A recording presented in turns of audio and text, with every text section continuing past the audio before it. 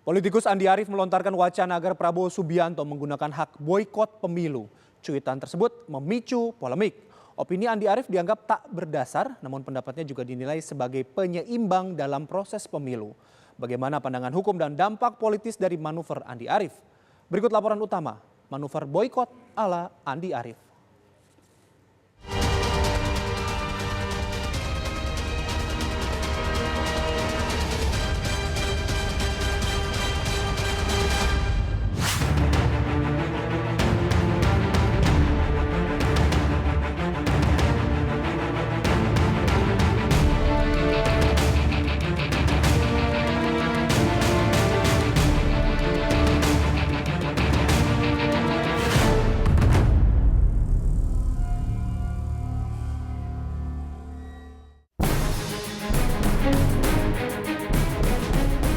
Wakil Sekjen Partai Demokrat, Andi Arief kembali membuat geger.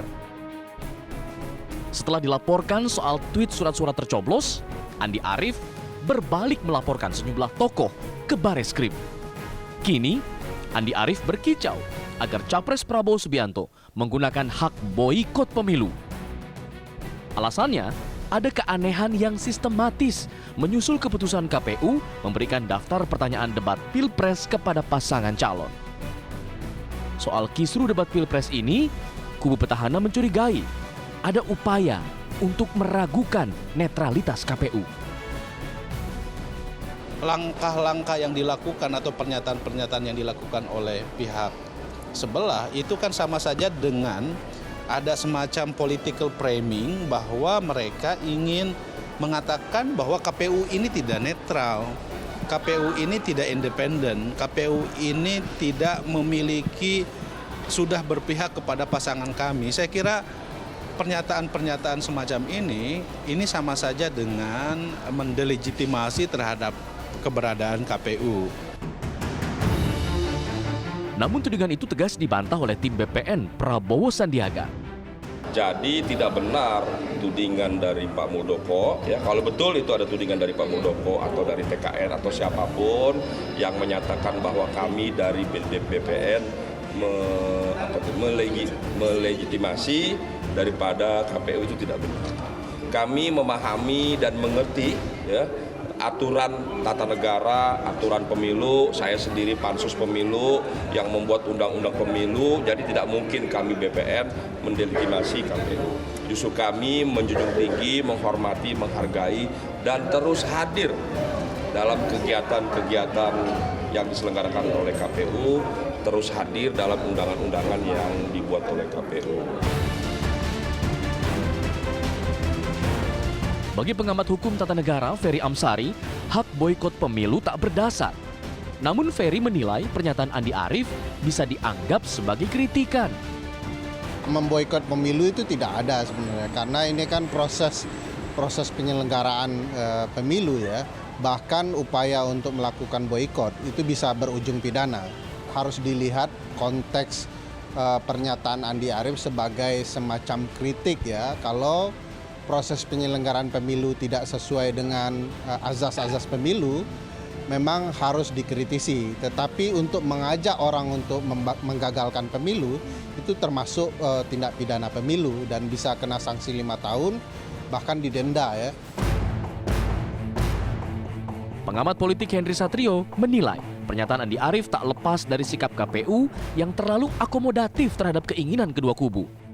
Sebetulnya jangan ya, ada tokoh-tokoh yang menganjurkan untuk menggagalkan pemilu gitu kan. Kalau memboikot kan bisa jadi menggagalkan. Apapun alasannya, lebih baik Mas Andi mencari solusi aja gitu. Mencari solusi kira-kira apa yang membuat pemilu ini lebih baik. Sebetulnya kritikan yang disampaikan Mas Andi Arief ini jadi penyeimbang sih, supaya pemilu juga jalan pada realnya. Ada bagusnya juga, jadi tidak semuanya negatif menurut saya. Ada positifnya ya. Positifnya itu tadi ada orang yang memang menjadi watchdog penyelenggaraan pemilu ini. Sekontroversial apapun, tapi misalnya tweet tentang 7 kontainer itu juga membuat KPU bergerak gitu kan.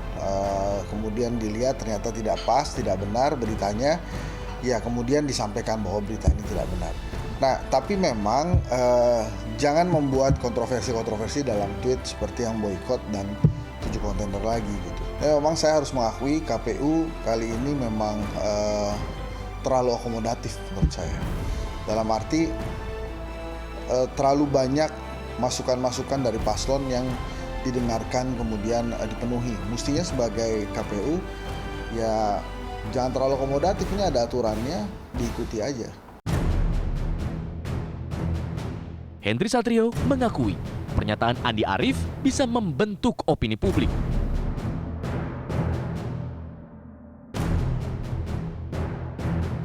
Namun, jika manuvernya kerap kontroversial, justru dapat menggerus elektabilitas Partai Demokrat. Tapi memang kita harus mengakui bahwa sosok Andi Arief ini juga opinion maker gitu, karena setiap kali dia nge-tweet itu pasti jadi berita.